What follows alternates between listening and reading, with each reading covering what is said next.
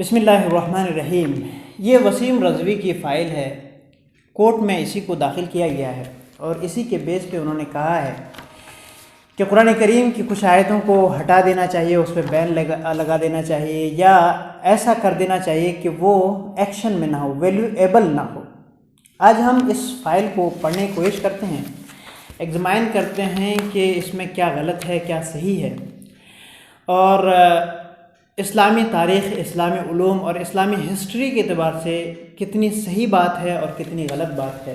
انہوں نے سب سے پہلی بات اس میں یہ لکھی ہے that about 1400 years ago when the religion of Islam came into existence، یہ کہنا یہ چاہتے ہیں کہ 1400 سال پہلے اسلام وجود میں آیا، اس سے پہلے نہیں تھا۔ اسلامی علوم اور اسلامی عقائد کے اعتبار سے یہ بات سب سے پہلی بات ہی، پہلی لائن ہی غلط ہے۔ اگر میں آپ کو قرآن کریم کے حوالے سے بتاؤں، یہ قرآن کریم میرے ہاتھ میں ہے اور اس میں ایک آیت ہے سورہ یونس آیت نمبر 72 میں حضرت یونس علیہ السلام فرماتے ہیں فَإِن تَوَلَّيْتُمْ فَمَا سَأَلْتُكُم مِّنْ أَجْرٍ إِنْ أَجْرِيَ إِلَّا عَلَى اللَّهِ وَأُمِرْتُ أَنْ أَكُونَ مِنَ الْمُسْلِمِينَ، اور مجھے حکم دیا گیا ہے کہ میں مسلمانوں میں سے رہوں، مسلمانوں میں سے ہو جاؤں۔ اب آپ بتائیے، حضرت نوح علیہ السلام، حضرت یونس علیہ السلام، ان کا زمانہ کتنا پرانا ہے، کئی صدیاں گزر چکی ہے۔ ان کے بعد پھر نبی کریم صلی اللہ علیہ وسلم اس دنیا میں تشریف لائے ہیں۔ اور دوسری آیت ہے سورہ مائدہ میں، آیت نمبر 111 ہے، اس میں اللہ رب العزت ارشاد فرماتا ہے حضرت عیسیٰ علیہ السلام کے حواریوں سے مخاطب ہو کر اللہ رب العزت ارشاد فرماتا ہے وَإِذْ أَوْحَيْتُ إِلَى الْحَوَارِيِّينَ أَنْ آمِنُوا بِي وَبِرَسُولِي، جب ہم نے وحی کی حواریوں کے طرف، یعنی حضرت عیسیٰ علیہ السلام کے صحابہ کے طرف، ماننے والوں کے طرف، ان آمنوا بی و برسولی، کہ ایمان لاؤ مجھ پر اور میرے رسول پر، یعنی حضرت عیسیٰ علیہ السلام پر۔ قالوا آمنا واشہد باننا مسلمون، انہوں نے کہا کہ ہم ایمان لائے، ہم مسلمان ہو گئے، اور گواہ بن جا اور گواہ رہ کہ ہم مسلمان ہیں، باننا مسلمون۔ یہ حضرت عیسیٰ علیہ السلام کے حواریوں سے کہا جا رہا ہے اور وہ اعتراف کر رہے ہیں کہ ہم مسلمان ہیں۔ تو اسلام کوئی نیا مذہب نہیں ہے جو حضور صلی اللہ علیہ وسلم، حضرت محمد مصطفیٰ صلی اللہ علیہ وسلم کی آمد سے نیا وجود میں آیا، نہیں، بلکہ اسلام اس وقت سے ہے جب سے اس دھرتی پر، اس زمین پر پہلا انسان موجود، پہلا انسان جو تھا وہ مسلمان ہی تھا۔ حضرت آدم علیہ السلام وہ مسلمان تھے۔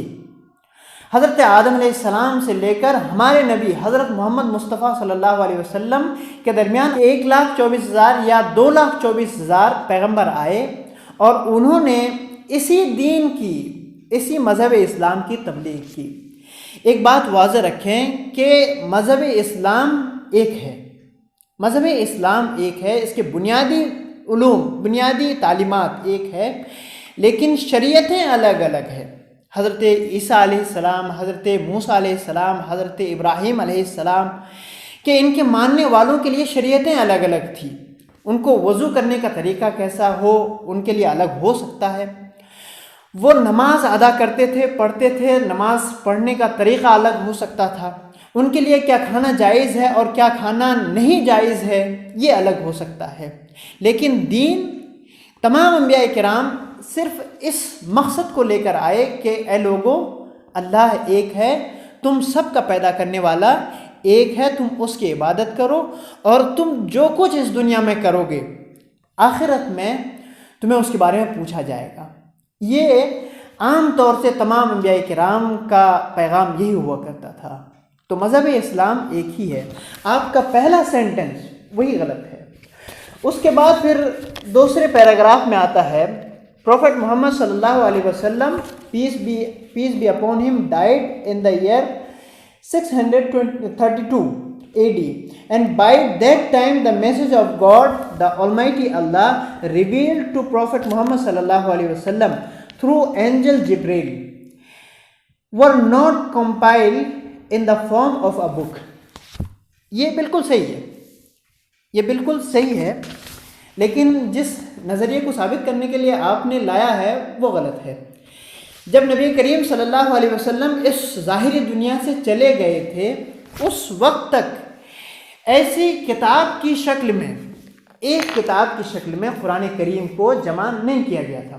یہ بالکل بات صحیح ہے، ایک قرآن کی شکل میں جمع نہیں کیا گیا تھا، لیکن جیسے جیسے قرآن نازل ہو رہا تھا، ایک ایک سورت، ایک ایک آیت، سب کو اللہ کے حبیب صلی اللہ علیہ وسلم صحابہ کو حکم دیتے کہ اسے لکھ لو، اسے لکھ لو اور اسے محفوظ کر لو۔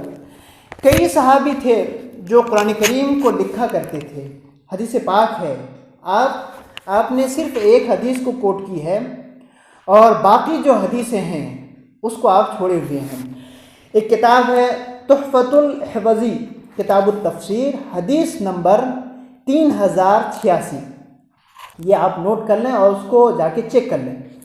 اس میں حضرت عثمان فرماتے ہیں، فقال عثمان رضی اللہ عنہ، کان رسول اللہ صلی اللہ علیہ وسلم مما یاتی علیہ الزمان، جیسے جیسے زمانہ گزرتا گیا، زمانہ گزرتا جا رہا تھا، وَهُوَ تَنزِلُ عَلَيْهِ السُّوَرُ ذَوَاتُ الْعَدَدِ، اور ان پر صورتیں نازل ہو رہی تھی، دو دو تین تین اور دو دو آیتیں، تین تین آیتیں، کئی کئی آیتیں نازل ہو رہی تھی۔ فَكَانَ إِذَا نَزَلَ عَلَيْهِ الشَّيْء، جب نبی کریم صلی اللہ علیہ وسلم پر کوئی بھی حصہ قرآن کریم کی ایک آیت، ایک سورت نازل ہو رہی تھی، دعا بعد من کان یکتب، تو نبی کریم صلی اللہ علیہ وسلم اپنے صحابیوں میں سے جو قرآن کریم کو لکھا کرتے تھے، جو قرآن کریم کو لکھا کرتے تھے، ان کو دعوت دیتے، بلاتے، فیقول، اور کہتے، ضعوا ہؤلاء الآیات فی السورۃ التی یذکر فیہ کذا و کذا، کو ان آیتوں کو اس سورت میں رکھ دو کہ جہاں ان احکام کا ذکر ہے۔ تو نبی کریم صلی اللہ علیہ وسلم کے زمانے میں قرآن کو ایک کتاب کی شکل میں جمع نہیں کیا گیا تھا، لیکن جتنا کچھ نازل ہو رہا تھا سب کو لکھا جا رہا تھا۔ اور دوسری بات یہ ہے، کیوں نہیں لکھا جائے، ایک کتاب کی شکل میں کیوں نہیں کیا جا رہا تھا؟ ظاہر سی بات ہے کہ اگر میں آپ سے کہوں کہ اگر پرائم منسٹر نریندر مودی کے بارے میں ہمیں ایک کمپلیٹ بک چاہیے، اور ان کی جب آدھی زندگی گزری ہو اور اسی وقت کتاب لکھ دی گئی ہو، اور مرنے کے بعد پھر ہم کہیں کہ پرائم منسٹر نریندر مودی کے بارے میں ہمیں ایک کمپلیٹ بک چاہیے، تو کیا وہ کتاب جو ابھی ان کی آدھی زندگی گزری تھی، آدھی زندگی گزرنے کے وقت ہی لکھی گئی تھی، وہ کتاب کمپلیٹ مانی جائے گی؟ نہیں، وہ کتاب کمپلیٹ نہیں ہوگی۔ وہ کتاب کمپلیٹ ان کے بارے میں ہوگی جو شروع سے لے کر، ان کی پیدائش سے لے کر موت تک جو پوری چیزوں کو بیان کر دے، تب وہ کمپلیٹ بک ہوگی۔ تو نبی کریم صلی اللہ علیہ وسلم جب 40 سال کے تھے تو اس وقت قرآن نازل ہونا شروع ہوا اور ان کی وفات تک وہ سلسلہ چلتا رہا۔ تو اب آپ خود بتائیں کہ کیسے ایک کتاب کی شکل میں ایسے اس کو جمع کر دیا جاتا، یہ ممکن نہیں تھا۔ اس کے بعد پھر آپ کا اعتراض ہے، آپ کا ایلیگیشن ہے جو کہ غلط ہے۔ اس کے بعد وہ لکھتے ہیں، only 4 people namely Ubay bin Ka'b, Mu'adh ibn Jabal, Zayd ibn Thabit and Abu Zayd were having knowledge about the message of God revealed to Prophet Muhammad sallallahu alaihi wasallam through angel Jibril۔ یعنی یہ کہنا چاہتے ہیں کہ نبی کریم صلی اللہ علیہ وسلم کے زمانے میں صرف 4 حفاظ تھے، یا پھر کہہ لیں کہ 4 ایسے لوگ تھے جو قرآن کریم کے بارے میں جن کو نالج تھی، having knowledge about the message of God revealed to prophet Muhammad صلی اللہ علیہ وسلم۔ صرف 4 لوگ ایسے تھے جو قرآن کریم کے بارے میں جانتے تھے۔ یہ بات بالکل ہی ناقص ہے اور بے بنیاد ہے۔ اب آپ سوچیں سمجھیں کہ قرآن کریم جب نازل ہو رہا تھا تو اللہ کے حبیب صلی اللہ علیہ وسلم خود یاد فرماتے اور اپنے صحابہ کو حکم دیتے کہ اسے یاد کر لو، اسے لکھ لو اور اس کو فلاں صورت میں اسے لکھ کر رکھ دو۔ آپ نے جو حوالہ دیا ہے وہ بخاری شریف کا حوالہ دیا ہے، اور بخاری شریف میں بھی ایسی بات نہیں ہے۔ بخاری شریف میرے پاس ہے، آپ تو جانتے نہیں ہیں بخاری شریف کو، قرآن کریم کو آپ نے تو پڑھا نہیں ہے۔ الحمدللہ ہم نے پڑھا ہے اور ہم جانتے ہیں۔ اب دیکھیں یہ بخاری شریف کی حدیث ہے، بعث النبی صلی اللہ علیہ وسلم 70 رجلا لحاجت، کہ نبی کریم صلی اللہ علیہ وسلم نے 70 لوگوں کو کسی ضرورت کے لیے بھیجا، یقال لهم القراء، جنہیں قراء کہا جاتا تھا، جنہیں حفاظ کہا جاتا تھا، جو قرآن کریم کو جانتے تھے، جو قرآن کریم کا نالج رکھتے تھے۔ آپ نے کہا نا صرف 4 لوگ having knowledge about the message of God revealed to Prophet Muhammad sallallahu alaihi wasallam, only 4%. It is not the fact.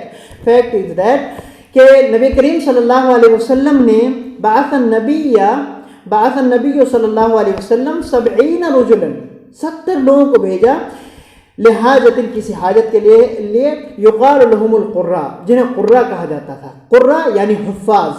فعرض لهم حیان من بنی سلیم رعل و ذکوان، تو ان کے سامنے 2 قبیلے کے لوگ آ گئے جن کا نام ہے رعل اور ذکوان۔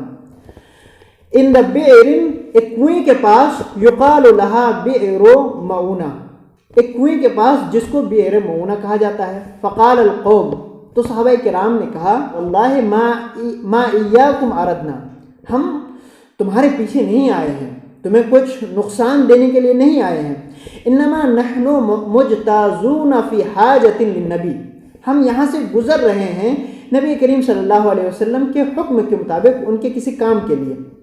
فقتلوہم، تو ان 2 قبیلے کے لوگوں نے ان 70 حفاظ کو قتل کر دیا، 70 حفاظ کو قتل کر دیا۔ یہ بخاری شریف کی حدیث ہے۔ اور دوسری بات، یہ ایک تو یہ حدیث ہے، اور دوسری حدیث ابن ماجہ میں ہے، حدیث نمبر ہے 1346، عن عبداللہ ابن عمر قال جمعت القرآن فقرأته كله في لیلۃ۔ حضرت عبداللہ ابن عمر رضی اللہ تعالی عنہ فرماتے ہیں کہ میں نے قرآن کریم کو جمع کیا۔ جس حدیث کا آپ نے حوالہ دیا ہے اس میں بھی جمع کرنے کا لفظ ہے، اور اس میں ان کا نام ذکر نہیں ہے، اور یہ فرماتے ہیں کہ میں نے قرآن کریم کو جمع کر لیا، یعنی پورا قرآن مجھے یاد تھا۔ فقرأته كله في لیلۃ، میں نے اس قرآن کو ہر رات پڑھا کرتا تھا۔ فقال رسول اللہ صلی اللہ علیہ وسلم، تو رسول کریم صلی اللہ علیہ وسلم نے فرمایا، انی اخشى ان یطول علیک الزمان، مجھے ڈر ہے کہ تم پر زمانہ طویل ہو، یعنی تمہاری ابھی عمر زیادہ ہوگی، وان تمل، اور کہیں تم تھک نہ جاؤ۔ اگر تم روزانہ ہر رات پورا قرآن پڑھو گے تو اس طرح سے ہو سکتا ہے کہ تم تھک جاؤ، ایسا نہ کرو۔ تو نبی کریم صلی اللہ علیہ وسلم نے ان کو حکم دیا کہ تم مہینے میں پورا قرآن پڑھا کرو۔ تو حضرت عبداللہ ابن عمر نے کہا، یا رسول اللہ میں ابھی جوان ہوں، میں کر سکتا ہوں، مجھے اجازت دے، میں کر لوں گا۔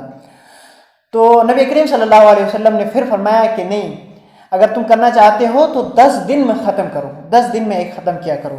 پھر انہوں نے کہا، صحابی رسول نے کہا، حضرت عبداللہ ابن عمر نے کہا کہ یا رسول اللہ میں ابھی جوان ہوں، میرے اندر اتنی طاقت ہے، قوت ہے۔ تو آپ صلی اللہ علیہ وسلم نے فرمایا کہ اگر تم کرنا چاہتے ہو تو 7 دن میں پورا کرو، 7 دن میں قرآن کریم پورا کرو۔ اور اس کے بعد پھر نبی کریم صلی اللہ علیہ وسلم نے آگے کی اجازت نہیں دی۔ تو جن 4 لوگوں کا ذکر آپ نے کیا ان میں ان کا ذکر نہیں ہے، حضرت عبداللہ ابن عمر کا۔ آپ نے جو کہا ہے کہ صرف 4 حفاظ تھے، 4 لوگ ایسے تھے جو قرآن کریم کا علم رکھتے تھے، یہ حقیقت نہیں ہے، یہ ریئل نہیں ہے۔ آپ بتائیں کہ حضرت علی رضی اللہ عنہ، جن کو باب العلم کہا جاتا ہے، جن کے بڑے فضائل ہیں، بڑے مناقب ہیں، شیعہ حضرات کے درمیان بھی، اہل سنت والجماعت کے درمیان بھی، کیا وہ حافظ قرآن نہیں تھے؟ بلا شک و شبہ وہ باب العلم ہیں، ان کو قرآن کریم پورا حفظ تھا۔